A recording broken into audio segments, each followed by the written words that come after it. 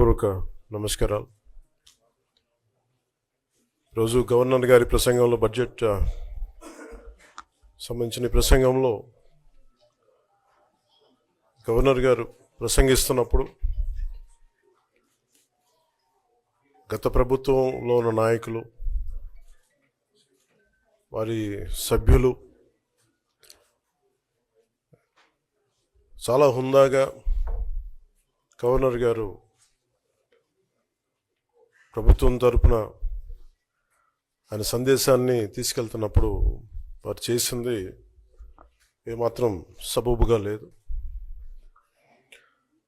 Governor గారు గత నెల రోజులుగా ఆయన ఆరోగ్య పరిస్థితి బాగా లేకపోయినా కానీ కంటిన్యూస్గా తీవ్ర జ్వరంతో బాధపడుతున్నప్పటికీ కూడా ఆయన ప్రత్యేకించి వచ్చి ఆయన ఈ రోజుని చాలా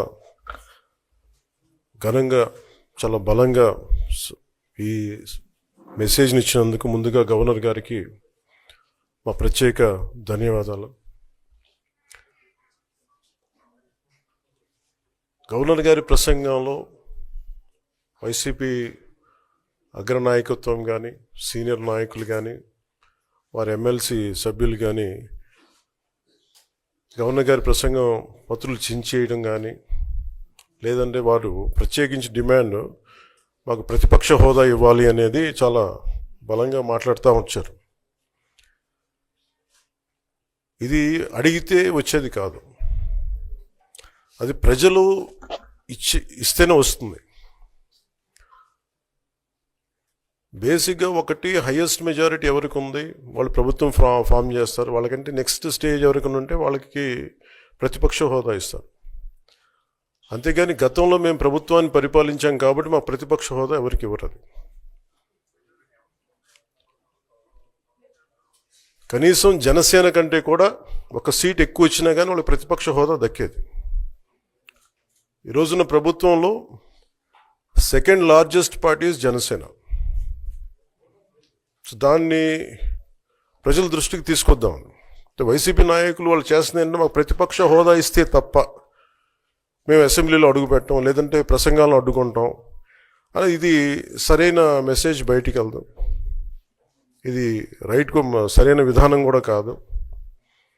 ఇది ప్రజలందరికీ తెలియజేయాలనుకున్నాం. ఇది ప్రతిపక్ష హోదా ఏ పరిస్థితిలో వస్తుందంటే మీకు రూలింగ్ పార్టీ కంటే కూడా అత్యధికంగా ఇంకొక సీట్లు వాళ్ళకంటే మీరు వస్తే, దాని తర్వాత స్థానం మీకు వస్తే ఖచ్చితంగా ప్రతిపక్ష హోదా వాళ్ళకే ఉంటుంది. 21 సీట్లు ఉన్న జనసేన, 11 సీట్లు ఉన్న వైసీపీకి ప్రతిపక్ష హోదా ఎలా వస్తుంది? మేము వస్తే తప్ప మేము అసెంబ్లీకి రాము, ఇలా గవర్నర్ ప్రసంగాలను అడ్డుకుంటాం అనేది ఇది సరైనది కాదు. ఇది ప్రజలందరికీ కూడా తెలియచేస్తున్నాం ఈ సందర్భంలో. అందుకని ఇది భవిష్యత్తులో కూడా మేము కోరుకునేది వైసీపీ నాయకుల్ని, మీకు ప్రతిపక్ష హోదా ఇవ్వకపోయినా ప్రజలు మీకు 11 సీట్లు ఇచ్చారు, దాన్ని గౌరవించి మీరు అసెంబ్లీకి రండి. మీ స్థాయికి తగ్గట్టుగా మీకు మీకు ఎన్ని ప్రశ్నలు అడగాలో దాన్ని తగ్గట్టుగా ఇస్తారు మీకు. ఇవన్నీ దాటి మన స్పీకర్ గారు కూడా చాలా గౌరవంగా వాళ్ళు 11 సీట్లు వచ్చినప్పటికీ కూడా చాలా గౌరవంతో ఇంతకాలం వాళ్ళకి ఇస్తూ వచ్చారు. ప్రశ్నోత్తరాల సమయంలో కూడా ఆయనకి ఇచ్చారు.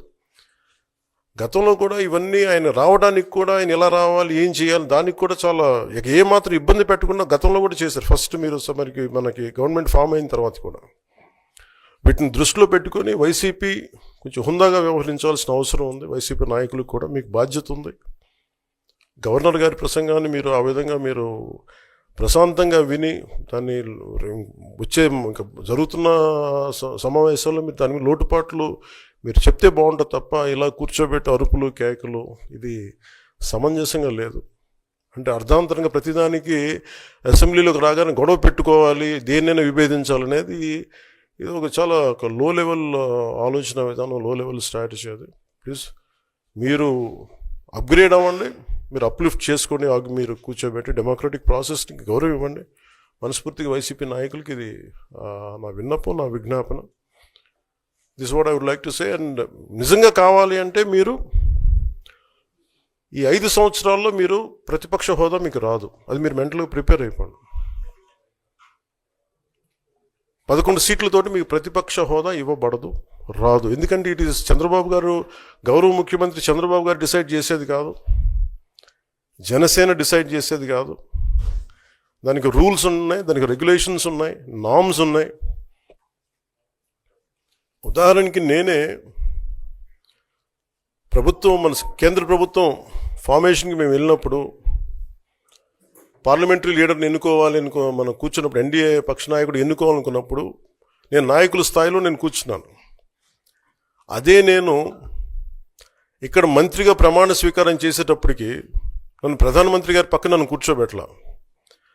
నేను డిప్యూటీ సీఎం అయినప్పటికీ కూడా అది మంత్రి హోదానే కాబట్టి తిరిగి నన్ను మంత్రులందరూ పక్కనే కూర్చోబెట్టారు తప్ప ప్రత్యేకంగా నన్ను అక్కడ కూర్చోబెట్టలేదు. They are very specific rules and regulations నడుస్తాయి. ఉదాహరణకి పొద్దున కూడా స్పీకర్ గారు ఎదురొస్తే, నేను అసెంబ్లీలోకి అడుగు పెడతా ఉంటే స్పీకర్ గారు ఎదురొచ్చారు. మనకి వచ్చి ఆయన కూడా ఆయనతో పాటు రండి అని వెళ్తుంటే, ముందుకు తీసుకెళ్తుంటే నాకు అనిపించింది, సార్ ఇది డిప్యూటీ సీఎంకి ప్రోటోకాల్ ఉండదు, ఓన్లీ ముఖ్యమంత్రి గారు, స్పీకర్, మనకు కౌన్సిల్లో ఉండే చైర్మన్ ఆయనే మీరు చేయాల్సింది తప్ప ఇది మేము ఉండేది కాదని చెప్పి నేనే వెళ్ళిపోయాను. ఎందుకంటే మేమే ప్రోటోకాల్స్ బ్రేక్ ఎందుకు చేయమంటే మాకు లేని ప్రోటోకాల్ మేము అడగం. అలాగే వైసీపీ నాయకత్వం కూడా గుర్తించాల్సింది, ఇది మీకు హోదా ఇవ్వబడదు. ఇది చంద్రబాబు గారు ఆప్ చేస్తేనే కాదు, ఇది ఎవరు ఆప్ చేసింది కాదు, మీకు ప్రజలు మీకు ఇవ్వలేదు. మీకు అది మీరు దృష్టిలో పెట్టుకొని మీరు ప్రవర్తించాల్సింది మనస్ఫూర్తిగా నేను వారిని కోరుకున్నాను. అంతేగాని వారిని ఎక్కడ అవమానం పరచాలని కానీ వారిని తగ్గించాలని కానీ లేదు. 175 సీట్లు కేవలం 11 సీట్లే ఇచ్చారు వాళ్ళకి. ఆ దృష్టిలో పెట్టుకొని ప్రవర్తించవలసిందిగా మనస్ఫూర్తిగా వారికి కోరుకుంటూ మీకు తెలియజేసుకున్నాం. Thank you.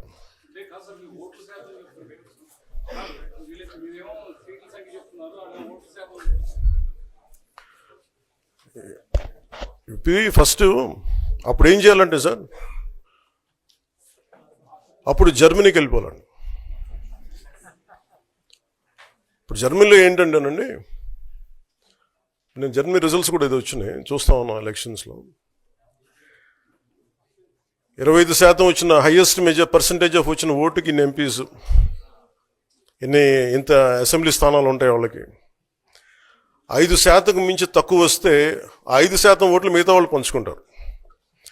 మనకు అలాంటి బెనిఫిట్ మనకు లేదు కాబట్టి మన రాజ్యాంగంలో లేదు. వాళ్ళు మంకు పట్టు పడితే they are free to go to Germany. Thank you.